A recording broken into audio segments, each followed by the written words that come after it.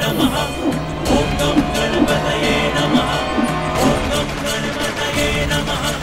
ॐ गं गणपतये नमः। ॐ गं गणपतये नमः।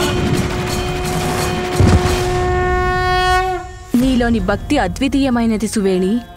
ఎంతో కఠినమైన తపస్సు చేశావు నువ్వు. అందువల్ల వరప్రసాదం పొంది దానిని సార్థకం చేసుకో. చెప్పు పుత్రి, ఏం కావాలి నీకు? అడుగు సువేణి, అడుగు. వరం ఇవ్వమని అడుగు. అడుగు త్వరగా అడుగు. మాత, తమరు కూడా ఒక స్త్రీయే కనుక స్త్రీ హృదయం తమకు తెలియనిది కాదు కదా. ఏ స్త్రీ సంతోషమైనా తన కుటుంబ సుఖ సంతోషాల్లోనే ఇమిడి ఉంటుంది. తన తండ్రి, భర్త, సంతానం, వారి ఆనందమే తన ఆనందం మాత. కనుక తమరు వరాన్ని ప్రసాదించాలని భావిస్తే నాకు ఇవ్వదగిన వరం ఒక్కటే. నా సంపూర్ణ జీవితము సుమంగళిగానే జీవించే వరాన్ని ప్రసాదించండి మాత. వివాహం తర్వాత నా భర్తకి ఏదైనా ఆపద కలిగితే తమరు వారిని రక్షించాలి. నాకు ఈ వరాన్ని ప్రసాదిస్తే చాలు మాత.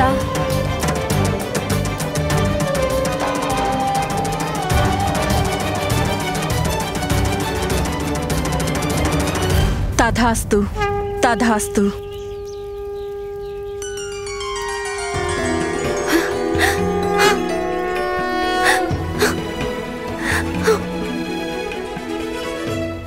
ధన్యవాదాలు ధన్యవాదాలు మాత. పుత్రి సువేణి, త్వరలోనే నీ భర్త పరిచయ భాగ్యం లభిస్తుంది.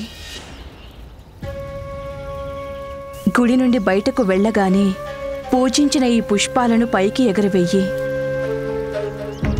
ఆ పూలు ఏ దిశగా పడతాయో ఆ దిశలో నీ దృష్టి ఎవరి మీద పడుతుందో సువేణి, వారినే నీ భర్తగా స్వీకరించాల్సి ఉంటుంది.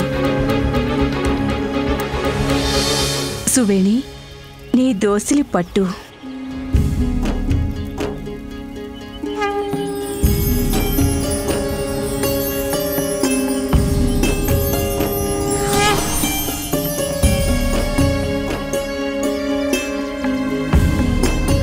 అతని మెడలో ఈ పూలమాలను అలంకరించి తనని నీవు గాంధర్వ వివాహం చేసుకో.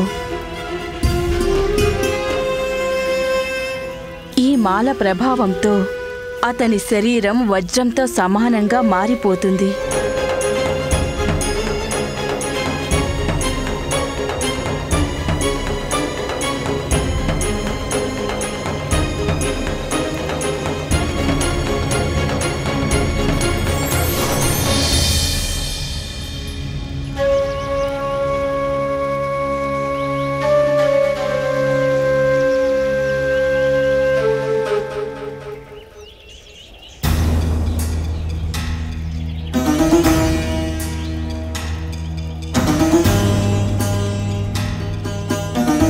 సువేణి తపస్సు అవుతుంది సఫలం. నాకే లభిస్తుంది దాని ఫలం.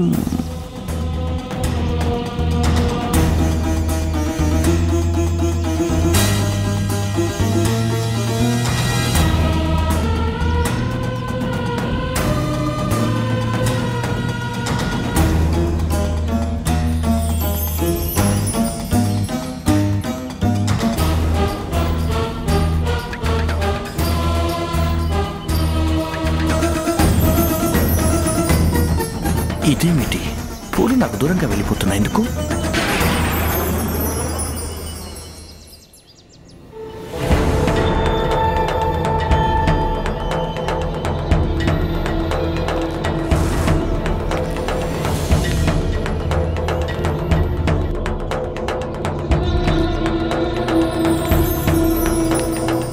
లేదు, తను సువేణికి వరుడైపోతే మరి నేనేం చెయ్యాలి?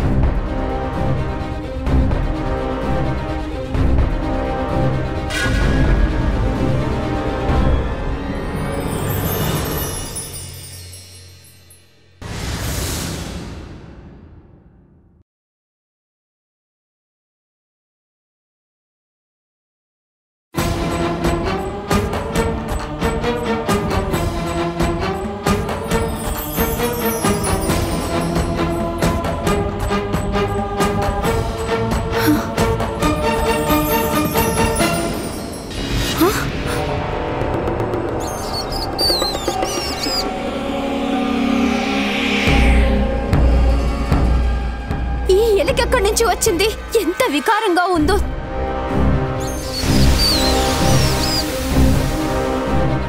ఆ పూలు ఏ దిశగా పడతాయో ఆ దిశలో సువేణి నీ దృష్టి ఎవరి మీద పడుతుందో వారినే నీ భర్తగా స్వీకరించాల్సి ఉంటుంది.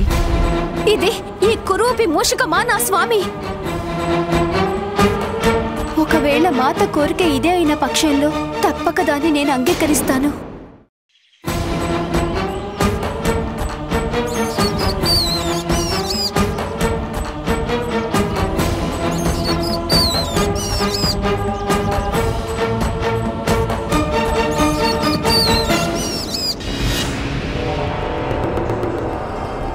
తమరు ఎవరైనా ఎలా ఉన్నా నా కోసం మాత ఎంపిక చేశారు.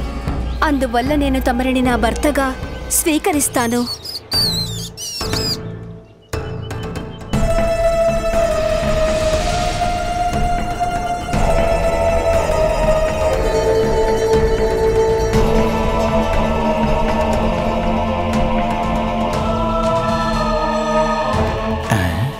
చూస్తుంటే నా శక్తులు ఎంతగానో పెరిగిపోయాయని నాకు అనిపిస్తోంది.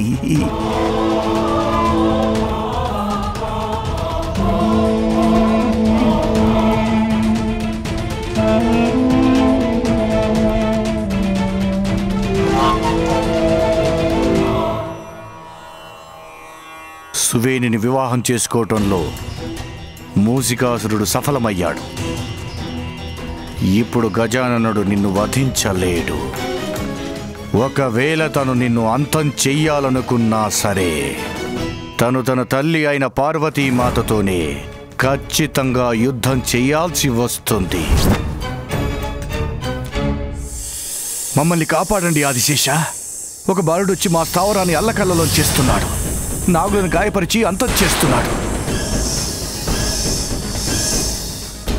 మమ్మల్ని కాపాడండి ఆదిశేష.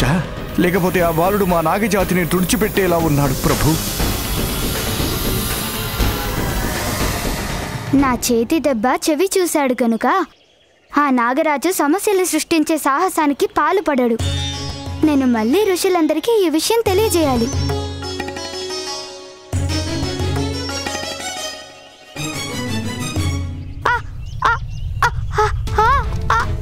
అరే అరే ఏమిటిది? ఉన్నట్టుండి భూకంపం ఎందుకు ఉత్పన్నమైంది? ఏదో ధ్వనులు వినిపిస్తున్నాయి. ఏది కనపడటం లేదు ఎందుకు?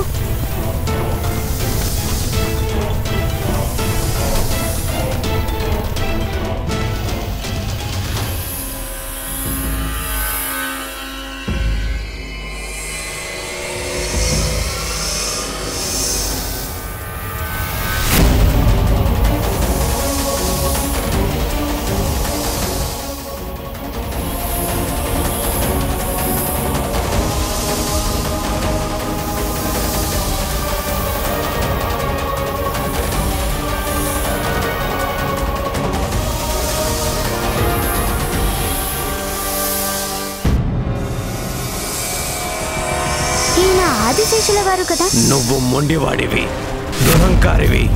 ఈ విషయం నాకు ఎప్పుడూ అర్థమైంది. లేకపోతే నేరుగా వైకుంఠానికి వచ్చి మా ప్రభు విష్ణుమూర్తి యొక్క శంఖాన్ని తీసుకుపోతావా? నువ్వు విష్ణుమూర్తి గారినే వైకుంఠం నుండి పరిగెత్తక తప్పని పరిస్థితిని కల్పిస్తావా? కానీ ఈసారి మాత్రం నాగులను సర్పాలని గాయపరిచి తప్పు చేసావు. కానీ శేషనాగా, నీ మాటలు వినేంత సమయం లేదు నాకు. నీ అహంకారానికి తగిన పాఠం చెప్పాలి. ఇప్పుడు నీకు గుణపాఠం చెబుతాను, కాసుకో.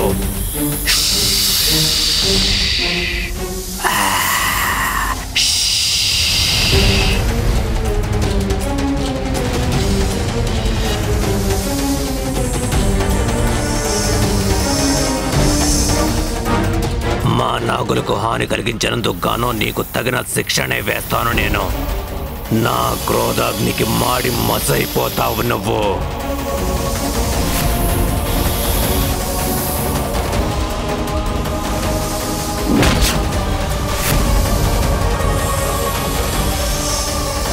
ఆదిశేషులపై ఈ రాళ్లతో ప్రయోగించింది ఎవరు?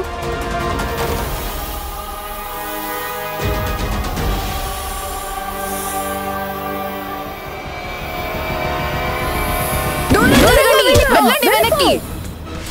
చెప్తున్నాను, వెళ్ళిపోండి. మర్యాదగా వెళ్ళిపో.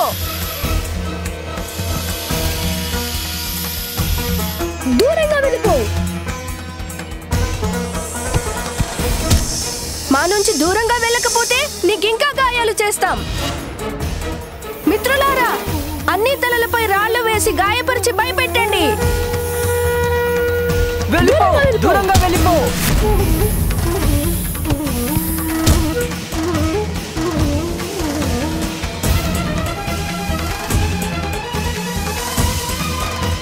వద్దు మిత్రులారా, ఆ పని మాత్రం చేయకండి. రాళ్ళు వేయకండి.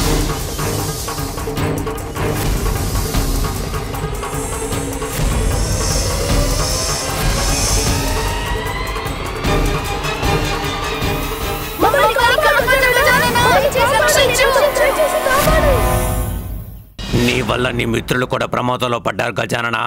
నీకింకా ధైర్య సాహసాలుంటే చెప్పు. వారిని రక్షించడం కోసం మా లోకానికి వచ్చి నాతో యుద్ధం చేయగలవా? చెప్పు, నువ్వు దానికి సిద్ధంగా ఉన్నావా?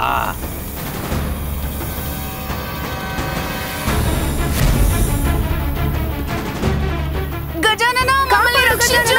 దయచేసి మమ్మల్ని రక్షించు. గజానన, గజానన, రక్షించు. గజానన, వదిలిపెట్టు, వదిలిపెట్టు, వదిలిపెట్టు. గజానన, గజానన, మమ్మల్ని కాపాడు. మమ్మల్ని వదిలిపెట్టు. గజానన, కాపాడు. తమరికి బహుమతిగా ఇవ్వడానికి ఈ ఫలాన్ని దాచి ఉంచాము మేము. దీనిని స్వీకరించండి. ఈ ఫలాన్ని తమరు భుజించండి. మిత్రులారా, మిమ్మల్ని తీసుకువెళ్ళడం ద్వారా ఈ ఆదిశేషుడు నన్ను ఇబ్బంది పెట్టాలని చూస్తున్నారు. అది స్పష్టంగా అర్థమవుతుంది.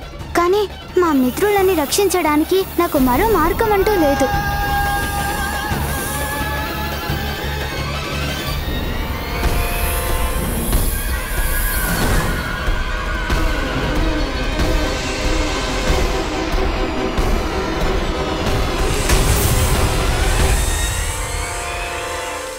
తమరెక్కడుంటారు స్వామి? నేను తమరితో కలిసి ఎక్కడుంటాను అది తెలుసుకోవాలని నాకెంతో కుతూహలంగా ఉంది. స్వర్గంలో సాగుతోంది నీ సంసారం రాణి సువేణి. స్వర్గమా? అవును, సువేణి దేవతల పీచమనచి వారినక్కడి నుండి తరిమేసినప్పుడు స్వర్గానికి నువ్వే అవుతావు మహారాణి, ఖచ్చితంగా. ఆగండి స్వామి. మన వివాహానికి ముందు తమరు చేసింది మంచో చెడు ఏదైనా కావచ్చు, అది నాకు అనవసరం.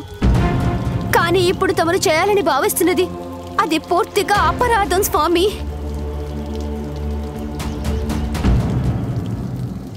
కనుక ఆ ఆలోచన విరమించుకోండి స్వామి. ఒకవేళ ఇదే మీ స్వభావమైతే అది నా కోసం, మీ భార్య కోసం తమరి స్వభావాన్ని మార్చుకోండి స్వామి.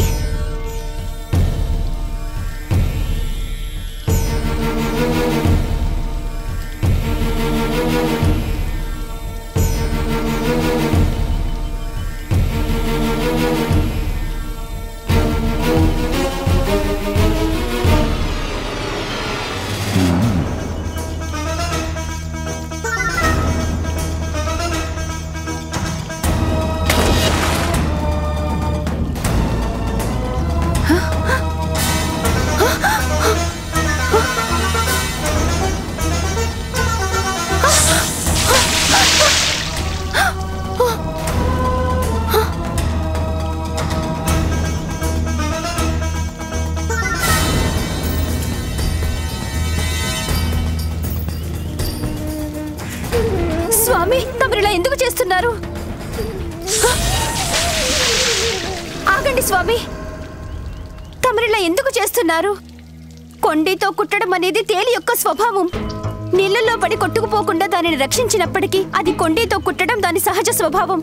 ఇంత చిన్న తేలే తన ప్రాణాలను కోల్పోతున్నా సరే తన స్వభావాన్ని వదులుకోలేనప్పుడు నన్ను, నా సహజమైన ప్రవృత్తిని ఎలా వదులుకోమంటావు? కుదరదు. చూరత్వం నా స్వభావం తెలుసా రాణి సువేణి? ఆ దేవతల అంతు తేల్చడం కూడా నాకు సహజమైన స్వభావం. గుర్తుపెట్టుకో.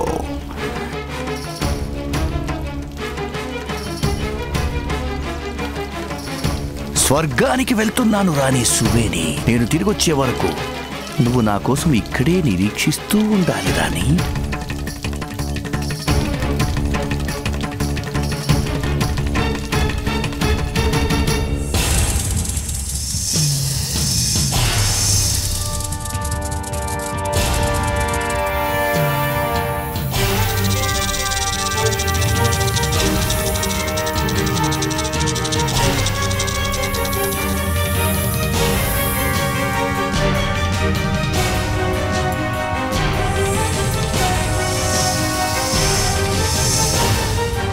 అదిగో అక్కడ బంధించబడి ఉన్నారు నా మిత్రులు.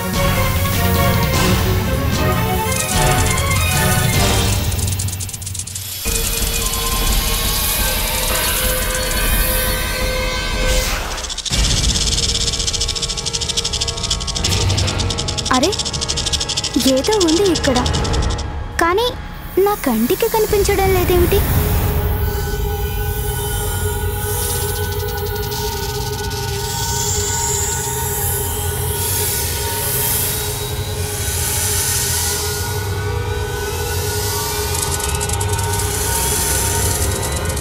ఈ పాములకి ఏ సమస్య కలిగించకుండానే నేను ముందుకు వెళ్ళడం మంచిది.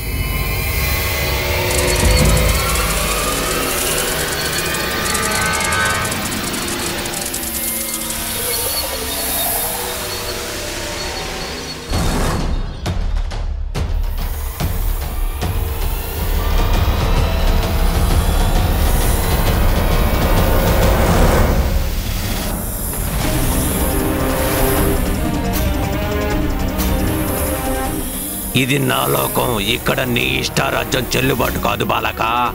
ఇక్కడ నేను ఏం చెబితే అదే జరుగుతుంది. ఈ బాలురు నాకు బందీలు. వీరిని విడిపించుకు వెళ్లేందుకు నీకు అనుమతి లేదు. తమరిలా ఎందుకు ప్రవర్తిస్తున్నారు ఆదిశేష? తమరికంటూ తమ లోకం ఉంది, అయినా అడవిలోకి ఎందుకు వెళ్తున్నారు? అక్కడ నివసించే నిరపరాధులైన అమాయక ప్రజల్ని ఎందుకు హింసిస్తున్నారు? చెప్పండి నాగరాజా. పాప మీ బాలులు చేసిన తప్పు ఏమిటి? వారిని వదిలిపెట్టండి. నా గురించో నా లోకం గురించో కాదు, నీ గురించి నీ మిత్రుల గురించి ఆలోచించుకోవడం మంచిది. ఎందుకంటే వీరిని ఈ నాగలోకం నుండి విడిపించడానికి నన్ను దాటి వెళ్లాల్సి ఉంటుంది. నువ్వు తమరికి అంత ముచ్చటగా ఉంటే దానిని తీర్చడమే నాకు సంతోషం. నన్ను దాటి వెళ్ళటం అసంభవం. నా విషయం నిన్ను ఉన్న చోటనే ఉండిపోయేలా చేస్తుంది బాలక.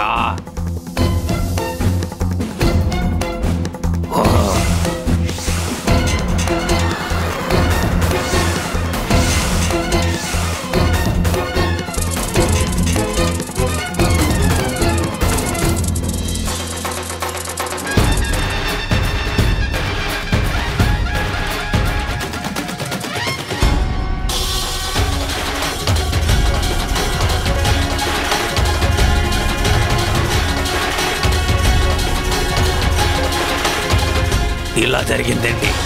నా విషయంతో నువ్వు అంతమైపోవాల్సి ఉంటుంది. కానీ ఆ పని జరగలేదుగా ఆదిశేష. ఇప్పటికైనా నాకు అనుమతి ఇవ్వండి. మా మిత్రులను విడిపించుకోనివ్వండి. విషం కాకపోతే ఈ విషాగ్ని ప్రభావమైనా నీ మీద పడక తప్పదు బాలక.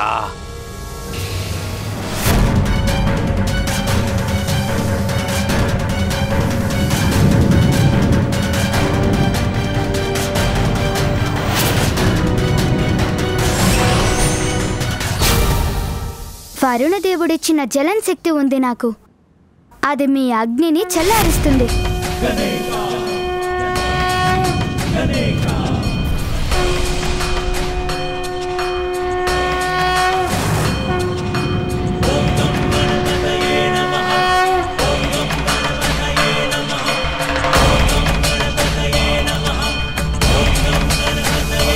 నన్ను మన్నించండి ఆదిశేష. నేను కోరుకునేది ఒకటే, వరుణదేవుడి ప్రభావంతో అయినా తమరి క్రోధాగ్ని చల్లారుతుందని.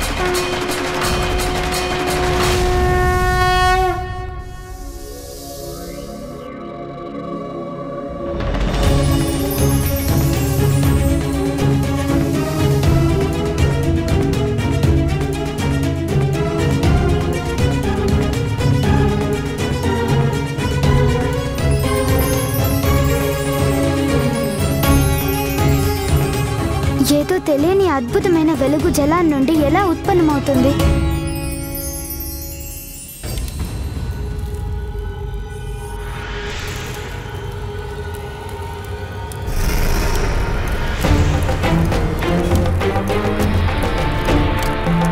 అరే, ఆదిశేషుడు జలబంధాన్ని తెంచుకుంటున్నాడు.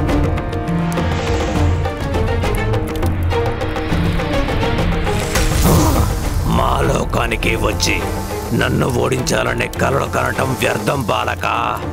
అర్థమైందా? కలలు కంటుందెవరో ఇప్పుడే తెలిసిపోతుంది ఆదిశేష.